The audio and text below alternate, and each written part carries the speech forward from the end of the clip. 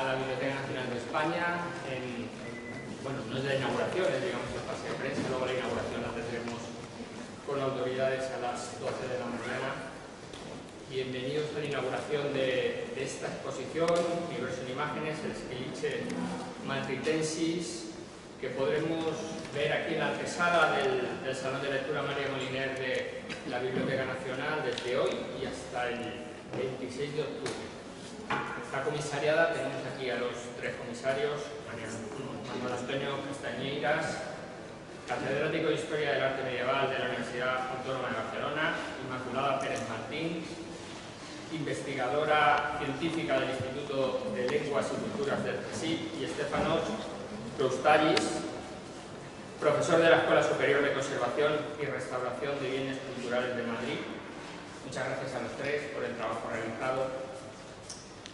Esta exposición, organizada por la Biblioteca Nacional, nace en colaboración con la Universidad Autónoma de Barcelona y el proyecto de investigación Manuscritos bizantinos iluminados en España, obra, contexto y materialidad, Nabilus, es el proyecto, la denominación del proyecto, así como con la colaboración del Instituto de Patrimonio Cultural de España, sin quienes hoy no podríamos tener esta exposición, que además de lo interesante de la propia obra, tiene interés por la génesis de la misma, como ahora contaremos. La muestra supone una inmersión en el fascinante mundo bizantino a través de uno de los códices griegos más preciosos que custodia la Biblioteca Nacional, el Esquilice Matritensis, realizado en Sicilia a mediados del siglo XII. El códice contiene la Synopsis Historiarum de una recopilación de obras históricas anteriores, compuesta en la década de 1080 por Juan Esquilice, cuya narración abarca el reinado de los emperadores bizantinos entre el 811 y el 1057, y es, como podrán ver, un relato vívido sobre el devenir político y militar de Bizancio en aquella época. Es el ejemplo más antiguo conservado de una crónica bizantina ilustrada, y además el contenido de la obra y el ejemplar está acompañado de 574 miniaturas ricas en oro, lapislázuli, que hacen de ella una auténtica joya bibliográfica. El motivo de la exposición ha sido su restauración, la restauración del códice, que se ha hecho por parte del Instituto de Patrimonio Cultural Español y el proyecto de investigación de manuscritos bizantinos iluminados en España. Y la mostramos en esta antesala, que es el cofre donde mostramos las joyas de esta Biblioteca Nacional. Es una sala pequeña, es un cofre del tesoro de alguna forma, en la que ya desde hace tiempo venimos exponiendo las obras maestras que conserva esta biblioteca. Y ya era hora de que el Esquilice Matritensis pasara por ella, con motivo además de su restauración. Podrán ver que en la exposición el códice aparece desmontado. Desmontado no por motivo de la exposición, sino de su restauración. Va a ser posiblemente la única vez en la historia en la que se pueda consultar y ver el códice de este modo. Una vez finalice la exposición, volverá a ser montado, volverá a ser encuadernado y volverá a estar custodiado en esta casa, en la Biblioteca Nacional. Pero la exposición no finaliza aquí, sino que continúa con la estupenda publicación Catálogo, que entra dentro de la serie de tesoros de la Biblioteca Nacional y que ha sido producido por el Servicio de Publicaciones de esta casa. Y también en el marco de la exposición podremos disfrutar de distintas actividades durante el periodo de exhibición del códice.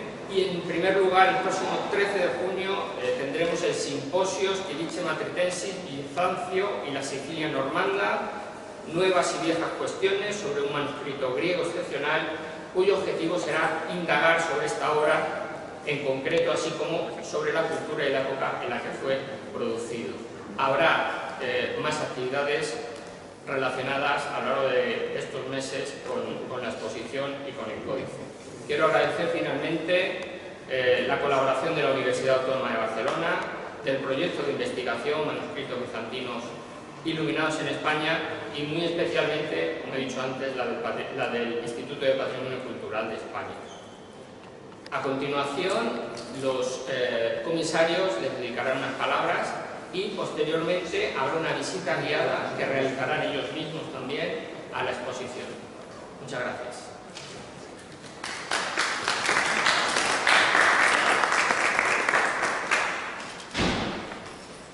Muy bien, buenos días, señor director de la Biblioteca Nacional, querido público. Bien, yo voy a hablar en nombre de los mío y de mis dos compañeros, que como os han dicho son Inmaculada Pérez Martín, que es investigadora científica del CSIC, y Estefanos Crustales, que es profesor de la Escuela Superior de Conservación y Restauración de Bienes Culturales en Madrid. La primera cosa que tengo que resaltar de esta exposición es la idea de la sinergia, de la colaboración, no solo entre tres instituciones, porque son dos instituciones de Madrid y una institución de Barcelona, sino que la Biblioteca Nacional haya sido un poco como la casa y el albergue y que me haya, de alguna forma, dado sentido a esta colaboración. Como ha dicho el director, la idea de la exposición nace en el año 2021. En el otoño de 2021 nos conceden un proyecto que se llama Manuscritos bizantinos iluminados en España, obra, contexto y materialidad del Ministerio de Ciencia, Innovación y Universidades, y nosotros nos ponemos en contacto con la Biblioteca Nacional, ya habíamos tenido contactos previos, para poder hacer el estudio de un fondo extraordinario que tiene esta biblioteca de manuscritos bizantinos iluminados. Encontramos pues, todas las facilidades del mundo para iniciar el proyecto y esa colaboración empezó primero con una digitalización a alta resolución del manuscrito que no existía para poder trabajar con él. Era muy importante que se digitalizase a alta calidad y después de ese proceso, el año pasado, a partir de un acuerdo entre también tres instituciones que son la Biblioteca Nacional de España, la Universidad Autónoma de Barcelona y el Instituto del Patrimonio Cultural de España, se procedió a trasladar a partir de una selección, 14 bifolios del manuscrito, a los laboratorios del IPC, donde se hicieron toda una serie de análisis sobre esa obra. Es decir, que este proyecto tiene esa palabra que a todo el mundo le gusta poner en la boca, que es interdisciplinar. Es decir, aquí hemos participado historiadores del arte, bizantinistas, paleógrafos, químicos, restauradores, para intentar averiguar un poco más de esta obra fascinante y misteriosa, os voy a contar por qué, que se llama, y os diré por qué se llama así, el Scriptures Madridensis. Pensar que es una investigación pionera en España, es decir, que yo sepa, es la primera vez que la Biblioteca Nacional ha hecho un análisis sistemático o ha permitido un análisis más sistemático de un manuscrito medieval, y eso pues, nos homologa o de alguna forma nos pone a la altura de otras experiencias que se han hecho en Europa. Concretamente de un famoso de la Universidad de Cambridge, que tiene un proyecto que se llama Cambridge Illumination Research Project, que es una colaboración entre los colleges del Fitzwilliam Museo para analizar todo el fondo de manuscritos, y también recientemente tanto la Biblioteca Nacional de Francia como la Biblioteca Vaticana ha empezado a hacer análisis de este tipo. Es decir, que de alguna forma nos ponemos como líderes mundiales de la restauración, o sea, el estudio de los manuscritos medievales, pero también de la bizantinística. ¿Por qué? Porque este manuscrito, que solo vais a ver 12 folios, es una de las joyas de la miniatura medieval, pero también del arte bizantino. Se conoce como Scriptures Madridensis, que quiere decir el Scriptures de Madrid.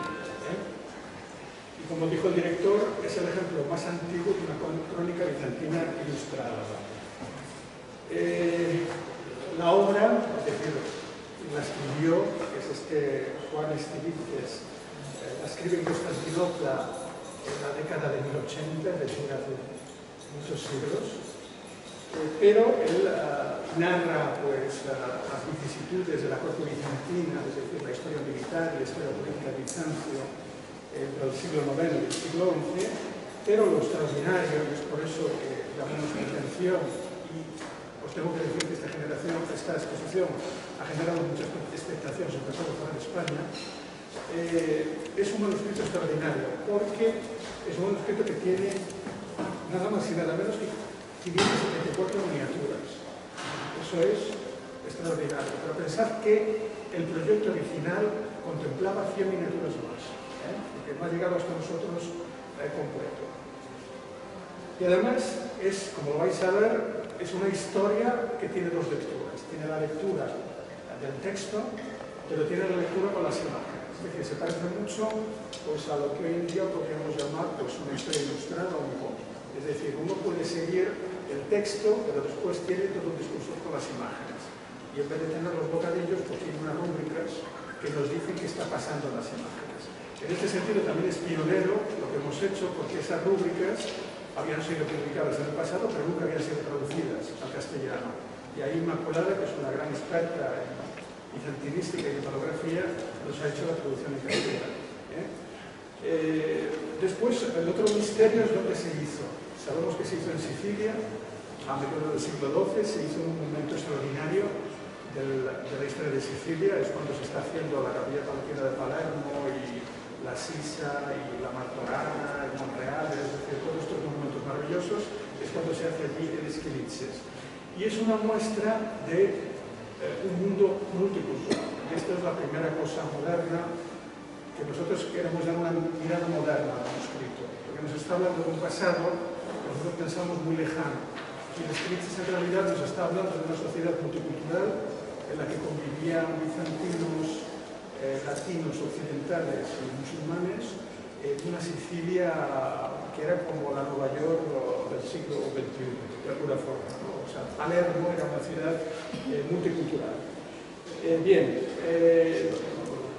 Fijaos, y esto es el reto que nosotros tuvimos, que para hacer ese manuscrito ellos tuvieron que recurrir a 2 escribas y a 7 miniaturistas. Es una cosa bastante extraordinaria.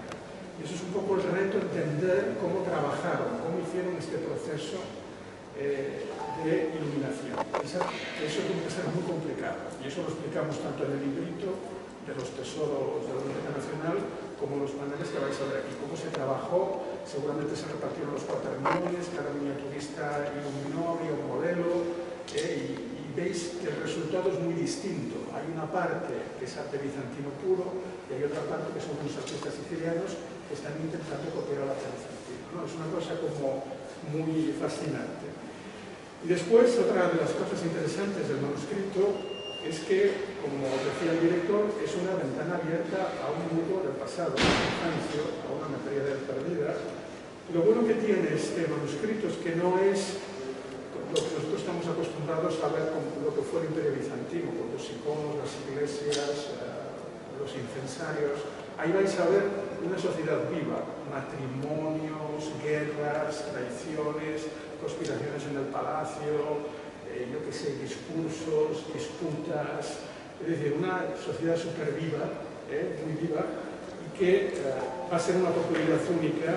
Además os digo que si entráis en internet y ponéis Esquiliches Matricensis, lo ponéis en imágenes, os salen 50.000 webs, porque este manuscrito se ha convertido pues, como el líder de la comunicación sobre lo que es Bizancio. Cualquier cosa que se escriba sobre Bizancio, colocan una imagen de este manuscrito. Bien, entonces, os decía esto, los valores son eso, lo interdisciplinar, la sinergia, la colaboración entre instituciones. Para nosotros eso ha sido un reto y ha sido pues, un trabajo muy bonito. Yo después, en el discurso más oficial, daré las gracias ya a la gente concreta de la Biblioteca Nacional. Y como decía el director, tenéis el librito, que es un estado de la cuestión, es como una introducción al manuscrito. Tenéis el día 13 de junio un simposio internacional que va a venir un poco especialistas de todo el mundo a discutir sobre esta obra. Detrás que sobre esta obra ha escrito la gente más importante de la bizantinística mundial, ¿no? O sea, tipo André Grabar o Igor Shevchenko, esa gente muy importante. Después tenemos, ese simposio será publicado en las actas en la colección Nova Roma CSIC, El día 19 tenemos una mesa redonda y también os anuncio que en el mes de noviembre vamos a tener una jornada técnica en el Instituto del Patrimonio Cultural de España, solo centrado en los resultados que ha dado el análisis del manuscrito. Entonces yo creo que lo mejor ahora es grabar. Y vamos a hacer bueno, no sé si ahora vienen las preguntas, pero cuando hagamos somos los tres que podemos responder, ¿eh? Yo, por ejemplo, de las preguntas diré que respondo. Vale, muchas gracias. Sí. ¿Cómo ha llegado ese manuscrito hasta aquí? Vale, ese manuscrito llega hasta aquí porque este manuscrito estaba en Sicilia, pertenecía a una biblioteca, que era la biblioteca de un monasterio, que era San Salvador de Mimozari, que está en la ciudad de Messina. En un momento dado, esos manuscritos pasaron a la catedral de Messina y en una revuelta de los sicilianos contra el gobierno de España en el siglo XVII, el virrey incautó esta colección, ¿no? Y pasó al Palacio del Virrey, ¿no? Y después pues, hay otro virrey que se explicará después ahí, que se lo trae a España, lo encuaderna, la encuadernación posiblemente se hizo en Sicilia, antes de que viniese aquí, y después pues este virrey se colocó en el partido perdedor en la guerra con los Borbones y Felipe V lo incautó y lo colocó en la antigua Biblioteca Real, actual Biblioteca Nacional. Es decir, el manuscrito tiene una historia fuera de eso, que es un poco la historia de muchos manuscritos, ¿no? Que estaban en colecciones y después han ido pasando a diversos lugares. Se hizo para un regalo de luz, no sé si tomaron tantas molestias. El manuscrito, ese es el gran misterio. Ese es el gran misterio que vamos a discutir el día 13. Porque no ha llegado completo hasta nosotros. Nos falta la miniatura inicial y nos faltan algunos cuadernos. Es muy posible que se haya hecho en un encargo real, porque costó mucho, porque ahí se vendía la plata y oro, eso costó mucho, y seguramente está relacionado con Roger II, con Guillermo I de Sicilia, y había un interés por tener esta crónica de Bizancio, que era un referente para el reino de Sicilia, y posiblemente pues es en este contexto que se hace. Pero vamos a discutir sobre eso el día 13. Si tenemos preguntas... Pero físicamente, ¿cómo llegó aquí a la Biblioteca Nacional? Yo creo que Inma es quien conoce mejor la historia. Es que aquí tenemos tres rollos. Yo soy el historiador del arte, ella es la experta... No, aquí. ¿Cómo llegó? Entonces, no sé si te han escuchado bien. ¿Hay un modo de poner el sonido en el micrófono? ¿Se te escucha?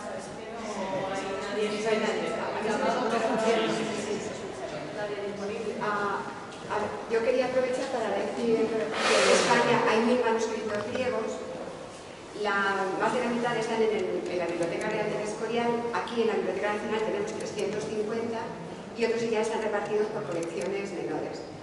La razón por la que hay manuscritos griegos en España es porque España era una potencia en el siglo XVI y porque los secretarios del rey y los aristócratas españoles sabían griego. Cuando ellos estaban en Italia tenían la oportunidad de encontrar manuscritos griegos y lo hacían. Entonces, este monasterio del que os ha hablado Manuel, San Salvador de Messina, era un monasterio que desde el siglo XII reunía colecciones menores monásticas tanto de Calabria como de Sicilia. Y ese monasterio, ya sabéis dónde está Messina, en el estrecho, muchas personas que pasaban de la península a la isla pasaban por allí. Y había muchos secretarios del rey que pasaban por allí. Entonces, cuando el archimandrita, que era el abad, el igúmeno del monasterio, era generoso o un poco corrupto, vamos a llamar las cosas por su nombre, pues vendía manuscritos. Y por ese modo hay manuscritos de Messina que están en todas las bibliotecas de Europa, pero también en España, por ejemplo, en la Biblioteca del Escorial. Por ejemplo, Jerónimo Zurita, que era un historiador de la Corona de Aragón, compró manuscritos allí, históricos que le interesaban, y esos manuscritos después acabaron en el Escorial. ¿Por qué el Stiliches no salió de Messina en ese momento? Probablemente porque no era un manuscrito monástico, no era un manuscrito que estuviera usado por los monjes, y lo tenían seguramente aparte.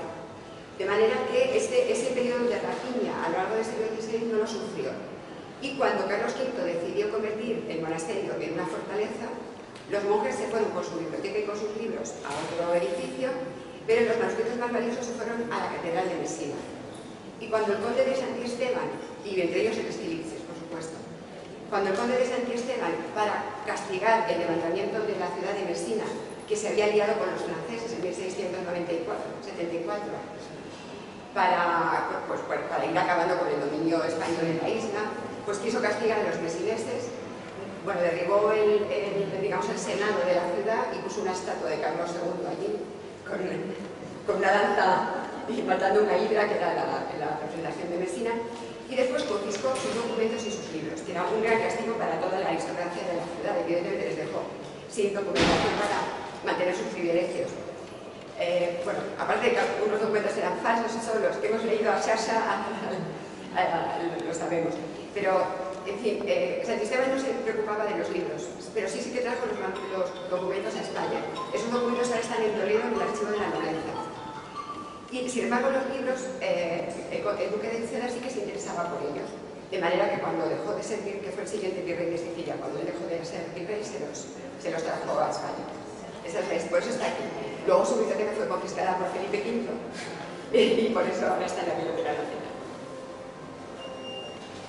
¿Manuscritos en la biblioteca hispánica se puede Sí, consultar? sí, por supuesto. Ahora mando la nota con todos los enlaces.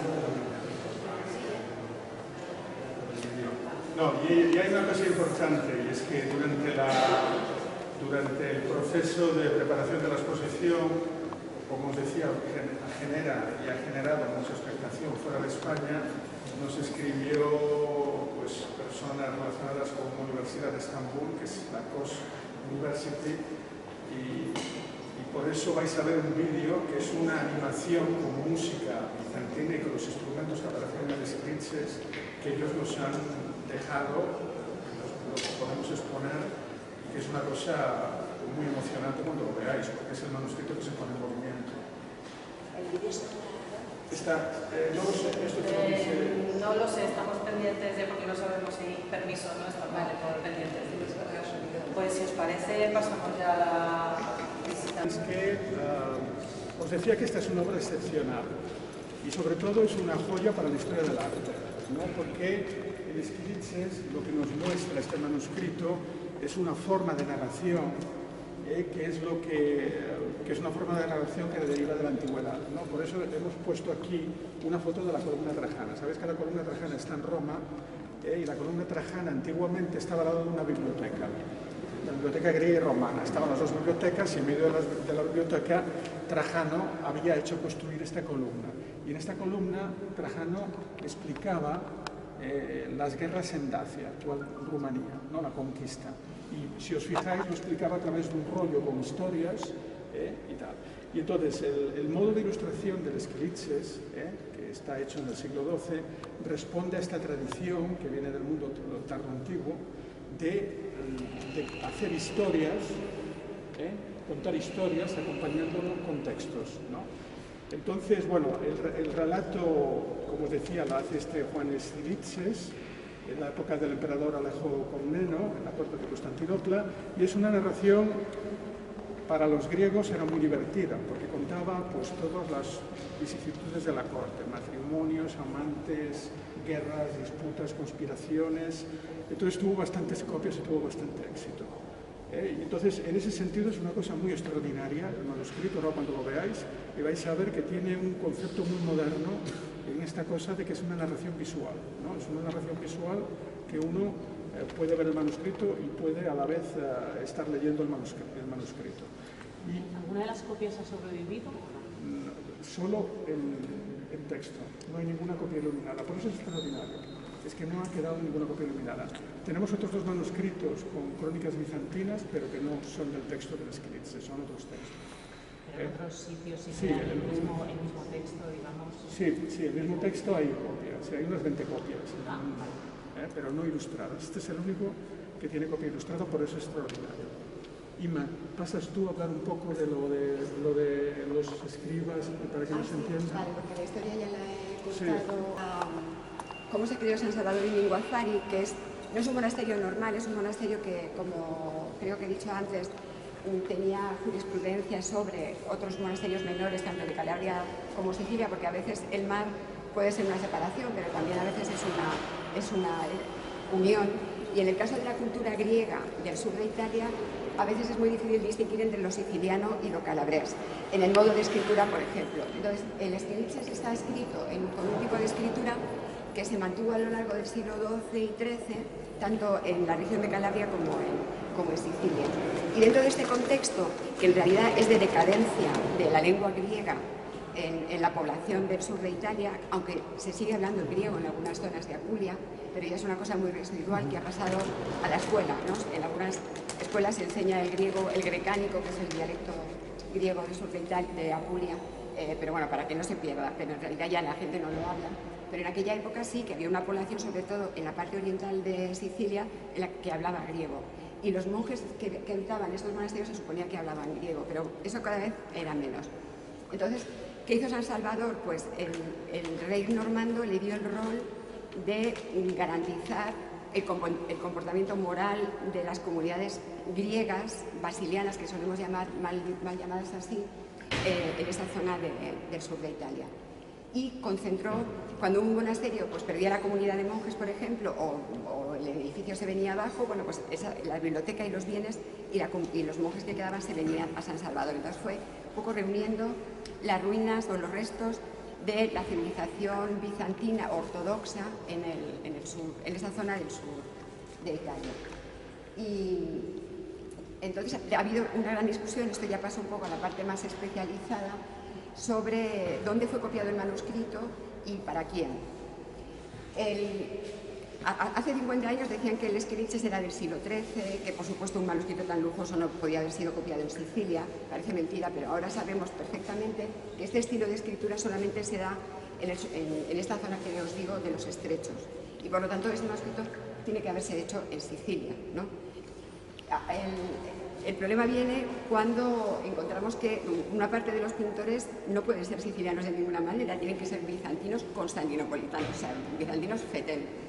Y ahí viene pues, la multitud de explicaciones en las que todavía estamos discutiendo para explicar el manuscrito. Sí, entonces ahí podéis ver que ese es otro de los misterios, que hay dos cuadernos que dejan los huecos para las imágenes, pero que no hay imágenes. ¿Lo veis? Es decir, todo el manuscrito se copia, primero se copia, se dejan los huecos para ilustrar, después vienen los ilustradores, colocan las miniaturas y después vuelve a venir al escriba y coloca, digamos, la rúbrica, ¿no? Que llamaríamos hoy el bocadillo. Pero tenemos dos cuadernos que pertenecen a otro escriba que no tienen las iluminaciones. Entonces, eso es uno de los grandes misterios que tenemos. ¿Qué pasó?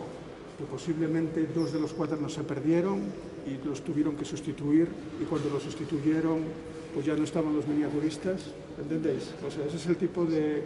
Por eso pensamos, y esto lo estuvimos discutiendo ayer en una sesión que tuvimos los tres, que el manuscrito se tuvo que hacer muy rápido posiblemente, había mucha prisa y que posiblemente pues es, no diría un proyecto frustrado, pero que sí que se acabó copiando, pero de alguna forma no se acabó completando. Entonces ahí tenéis el panel que explica un poco ese contexto, porque el Esquiliches nos vale mucho para entender la historia del Mediterráneo. O sea, no es la historia de Bizancio, es la historia del Mediterráneo. Bizancio en ese momento era la gran potencia del Mediterráneo. Entonces, pues en el Esquiliches se nos cuentan historias sobre Bulgaria, los Balcanes, Rusia, Turquía, Tierra Santa, incluso se habla de los andalusíes españoles, la isla de Creta, es decir, ellos están relacionados con todo el mundo, matrimonios, diplomacia, etc. Y es lo que cuenta el manuscrito.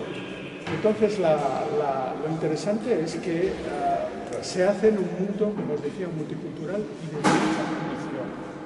Si habéis estado alguna vez en Palermo, pues el Esquiliches está hecho pues, en ese momento que se hace la Capilla Palatina, que se hace la Martorana, Monreale, bueno, nos habla un poco de esto.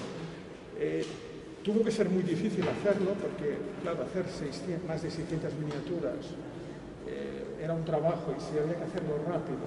Y nosotros sospechamos que ellos tenían un modelo para hacerlo y tuvieron que trabajar muy rápido.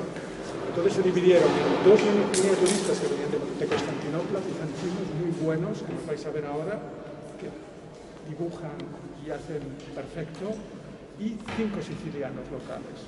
Y esos 5 sicilianos vais a ver que el trabajo es muy irregular, ¿no? Hay algunos mejor y otros un poco, pues no tan buenos, ¿eh? Y eso es un poco el contexto, pues, del manuscrito. Entonces, ahora sí que vamos a ver. No sé si tenéis preguntas. Bueno, os podéis imaginar que detrás de esta exposición hay muchísimo trabajo que no se ve. Ahora veis aquí el resultado, pero ha sido un trabajo de 3 años y de muchos dolores de cabeza. Entonces, lo que sí me interesa mucho es que nosotros hemos querido presentar el manuscrito, como os decía, con un concepto moderno, un concepto de una mirada actual. Y un poco que el manuscrito a nosotros nos ayuda a entender un mundo del pasado con claves griego-contemporáneas. Entonces, nosotros mandamos 14, la Biblioteca Nacional mandó 14 bifolios al IPC, pero 14 bifolios que nosotros seleccionamos desde un punto de vista técnico y que a nosotros no nos servían para explicar lo que queríamos hacer. Entonces hemos hecho una selección en función de los intereses que podía tener el público. Entonces hemos dividido, digamos, el relato en 4 grandes temas. Uno es Bizancio y el mundo. Eso explica un poco esta idea universal de Bizancio como centro del Mediterráneo, que podáis ver que ellos estaban en contacto con los árabes, con embajadas, con los eslavos, casaban a sus hijos y sus hijas con distintas dinastías europeas, un poco ver este mundo del centro del Mediterráneo. Un segundo tema es el culto a las imágenes. La imagen actualmente para nosotros es muy importante, pero también lo fue para los bizantinos, la imagen como imagen de culto. Los bizantinos tuvieron una guerra civil solo para discutir si se podían hacer imágenes o no, para venerar, ¿no? Entonces hay todo un capítulo ahí que nosotros explicamos cómo fue este culto a las imágenes en Bizancio. Después tenemos otra sección que está mucho también en la idea actual, que es la ciudad como espectáculo. O sea, el Esquilitzes, si una cosa nos muestra es que Constantinopla era una ciudad pensada para las ceremonias, el espectáculo y el boato relacionado con el emperador y con los grandes actos públicos. Entonces vais a ver escenas del hipódromo, escenas en el Palacio Real y una última sección que era la mujer y el género, ¿no? Es decir, queríamos también darle, habéis visto que hemos seleccionado mujeres ahí en el cartel. En Esquilitzes las mujeres son muy importantes, ¿no? Aparecen muchas veces, pero no solo aparecen las mujeres, sino lo que se llaman actualmente el tercer género de Bizancio, que eran los eunucos, que eran personas que vivían en el Palacio Imperial y que adquirieron mucho poder en ese momento. Entonces queremos mostrar también esta parte un poco de la sociedad bizantina. Y eso está combinado con los paneles que hablan de los resultados. Primero, los resultados es un avance de lo que nosotros hemos encontrado en el laboratorio con la guerra del IPC, y después hemos hecho estos comentarios, un poco de imágenes, y completado con el envío de, digamos, la animación de la música. Entonces, hemos pensado explicaros ahora esto, de que Inma os va a explicar el primer capítulo, porque ahí aparece lo del fuego griego, ¿eh? Después yo explicaré las otras 3 secciones, Estéfanos os explicará lo de la... Entonces Inma ven aquí y señala un poco que la gente se fije, porque delante de eso la gente se fijará. Es mejor que os coloquéis detrás, así podéis entender. Bueno, ha sido difícil seleccionar, por un lado, imágenes, porque realmente hay muchísimas que tratan este tema, pero es verdad que yo creo que el público que ya conocía un poco el manuscrito venía buscando algunas cosas, ¿no?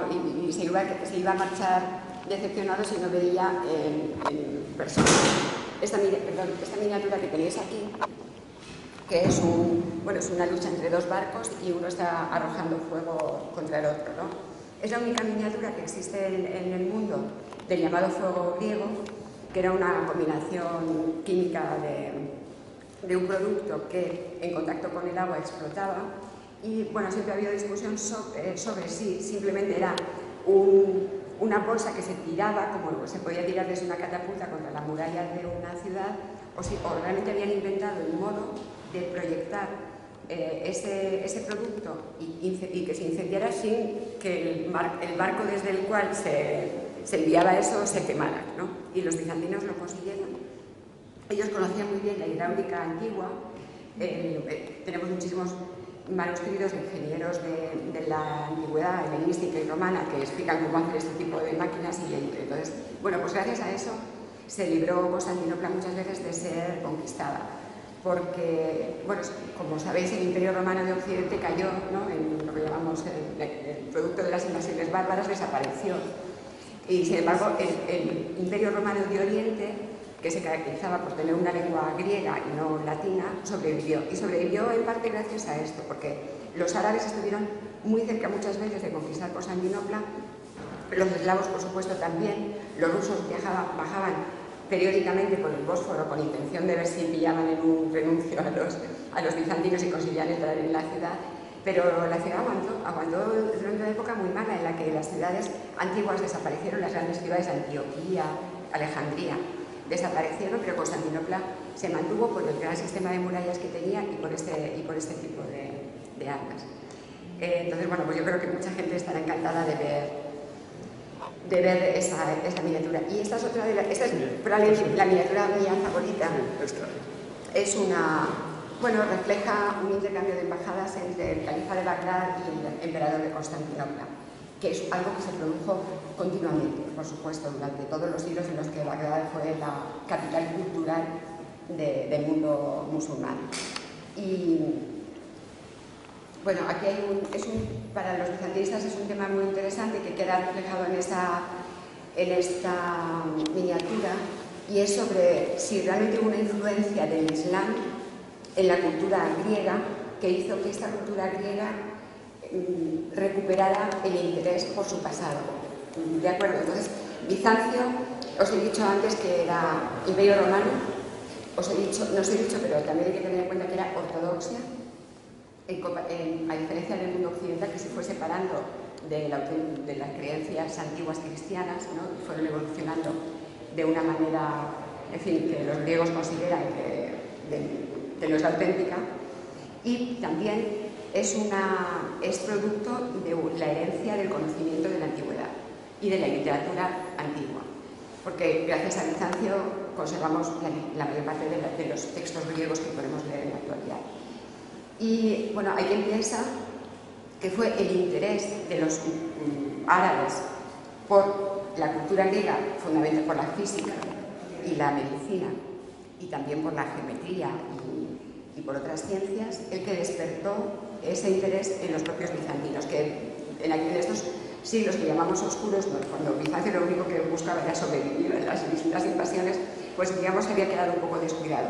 Pero en las bibliotecas constantinopolitanas seguía esta llama viva, ¿no? Y en el siglo IX, el emperador que vemos aquí, Teófilo, pues organizó la enseñanza superior, y esa fue una de las consecuencias de su relación con Bagdad. Muy bien. Si queréis pasáis aquí cómo cuenta. Os decía que esta es la sección del culto a las imágenes. Entonces, os comenté que en Bizancio, en el siglo VIII y principios del siglo IX, hubo una guerra civil. Y una guerra civil en relación si se veneraban o no se veneraban las imágenes, los iconos. Y entonces los emperadores, ahora os voy a explicar las razones, porque más allá de la religión hay razones políticas y económicas muy importantes, los emperadores se posicionaron del lado de lo que se llaman los iconoclastas de destrucción de las imágenes. Entonces es muy interesante esta miniatura porque cuenta el periodo final de este periodo, en el cual está Teófilo, que era un emperador culto, pero era un gran iconoclasta, ¿no? Y así lo describe la crónica, voraz iconoclasta, que llamaba al palacio a los pintores y a la gente que defendía pues, las imágenes y los sometía a todo tipo de castigos, etc. Pero la historia nos cuenta, y esto es muy interesante, que su mujer Teodora era una iconódula, una veneradora de iconos, y que tenía un armario en el palacio donde ella escondía los iconos y veneraba los iconos. Entonces aquí se nos cuenta esta historia. La primera es un momento muy bonito, que es las 5 hijas de Teófilo y Teodora se van a una villa donde vivía la abuela, que se llamaba Teotista, y se van allí porque la abuela está muy preocupada porque no saben que no sigan a su padre. Y entonces ves que están en el palacio y ella saca de un armario un icono y les enseña a ellas cómo tienen que venerar el icono. En el mundo bizantino y ortodoxo a los iconos se les da un beso y se les hace una genuflexión, como si fueran personas, ¿no? Y eso es lo que les está enseñando a sus 5 hijas, para que no pierdan la veneración de las imágenes. Y en las otras 2 se cuenta cómo eran las intrigas de palacio. Y ahí se cuenta que había un eunuco, claro, los eunucos tenían acceso a las habitaciones reales y a las habitaciones de la reina y de las mujeres. Y entonces los eunucos lo que hacían era espiar lo que éstas hacían. Entonces aquí nos cuenta que este eunuco se llamaba Denderis, que vio a Teodora adorando o venerando un icono. Y entonces, cuando Teodora se dio cuenta, ella le dice, ¿qué estás haciendo? Y dice, no, yo estoy jugando con las muñecas. ¿No? Le dice esto. Pero Denderis va a chivarse al Teófilo, y allí están ellos discutiendo, los dos, y Teodora lo convence como buena retórica femenina de que ella lo que estaba haciendo era jugando a las muñecas, que no estaba venerando los iconos.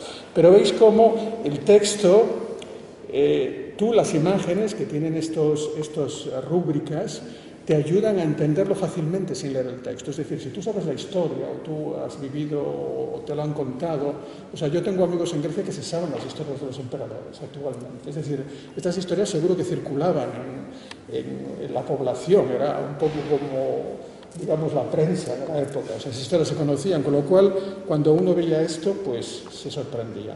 Después hay otra imagen muy curiosa, y es esta de aquí, en la que ahí se narra la llegada de una imagen muy famosa que era el mandilio. El mandilio era una imagen que había en Edesa, que se decía que era una imagen de la época de Cristo, es decir, que Cristo se había puesto un paño sobre la cara, no es la Verónica, Cristo estaba puesto un paño sobre la cara y queda impreso el rostro de Cristo. Y esta reliquia se mandó a un rey de Edesa y este rey se curó de la lepra. Entonces esto se guardaba en Edesa como una joya y los bizantinos, cuando los árabes conquistan la ciudad, están obsesionados con poder recuperar esta reliquia, porque era lo que ellos llaman aquerópita, no hecha por mano humana. Y finalmente la logran recuperar y entonces es la llegada al palacio del mandilio, entonces está el emperador besando el mandilio. Y debajo tenéis una cosa que nos muestra lo osados y también la gran, yo no sé si hay muchos estudios sobre eso, la medicina bizantina, que era muy sofisticada. Se habla que, ahí se dice que a Constantinopla llegaron 2, ¿cómo se dice? Siameses. Llegaron 2 siameses.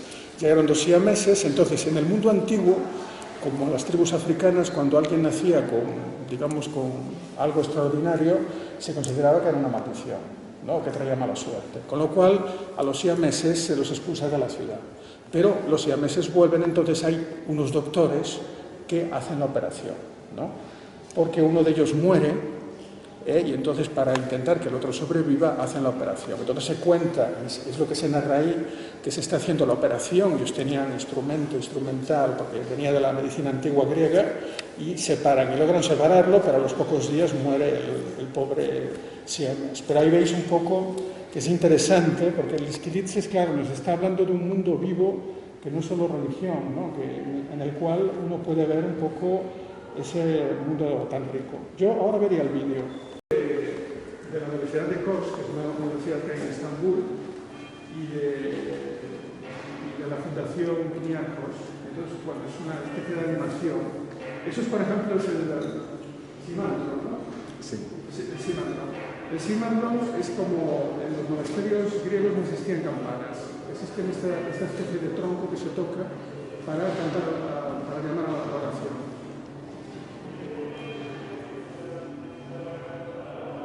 Es el entierro de un emperador. Entonces el Kyrie, los cantos que se cantan en la iglesia ortodoxa, sube. Es el entierro del emperador.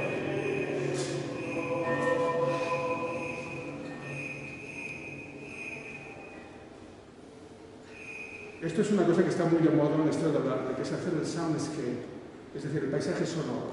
Que esto tiene un paisaje sonoro, esto también tiene un sonido que no... ahí tenéis el Antonios Botonakis, que es la persona que lo ha hecho la investigación, y ha compuesto la música. Pues bueno, eso es la proclamación del emperador. A los emperadores se les subía con un escudo, con las trompetas. Primero se proclamaba en el hipódromo, eso es una bola. Que les colocan las coronas, que la tenemos aquí en miniatura.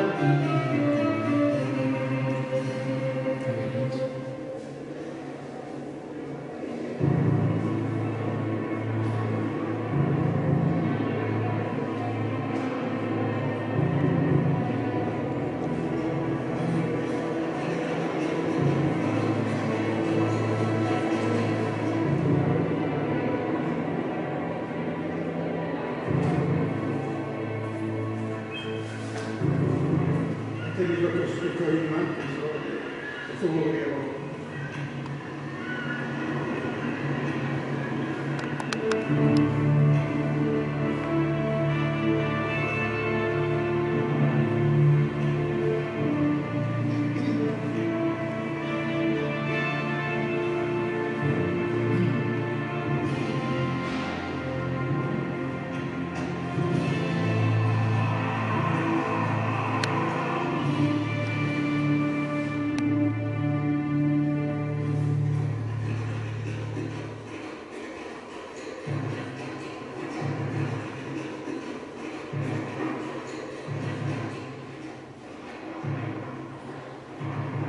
Bueno, veis que ellos vestían como los romanos, se llevaban estas corazas y estos cascos.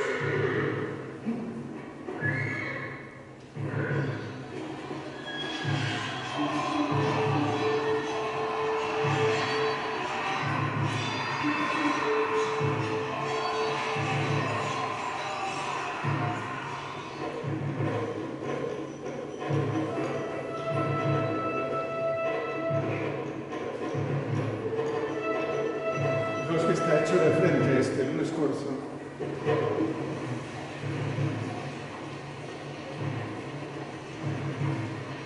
¿Veis ahí el asesinato del emperador? Es como las películas actuales, ¿no?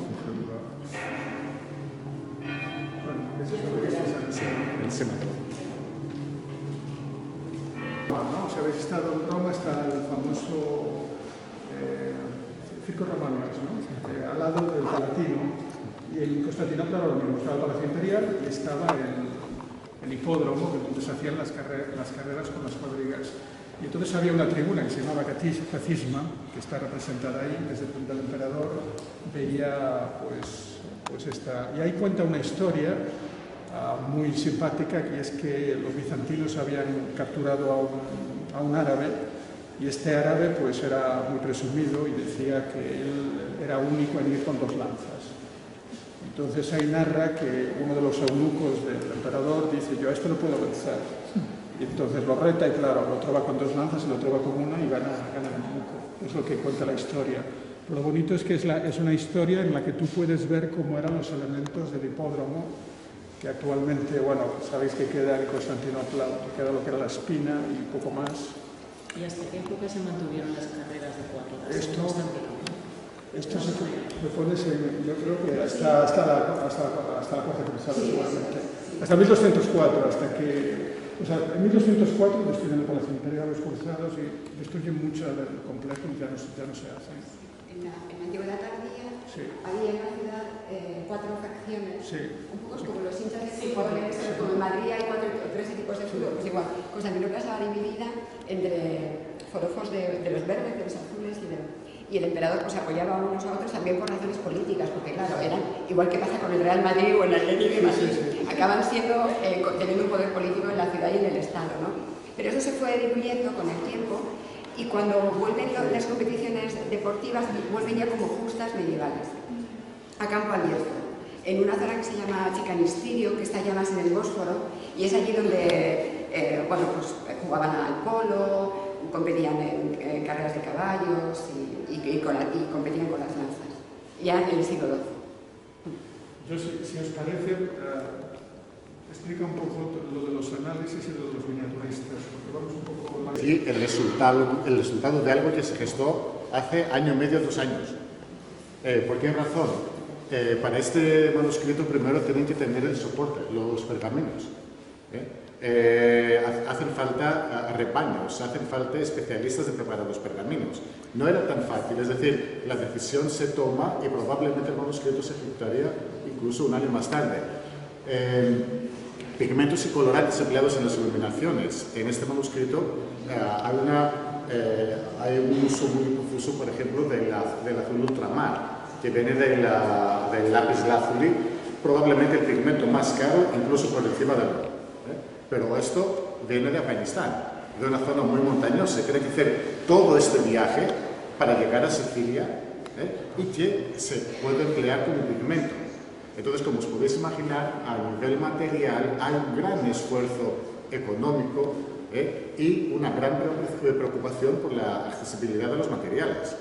Y aquí vemos, por ejemplo, un oro de muy buena calidad, vemos el uso continuo del azul ultramar incluso para hacer mezclas, vemos un pergamino de muy buena calidad también, bien preparado, y todo esto significa que detrás hay una voluntad de preparar un manuscrito lujoso, un manuscrito suntuario.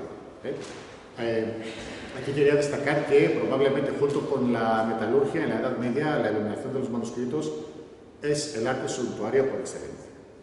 Entonces, a través de la ejecución de estos manuscritos, que muchas veces servían como regalos, pues se manifestaba este poder, es decir, yo puedo tener acceso y preparar un manuscrito con estos materiales tan lujosos.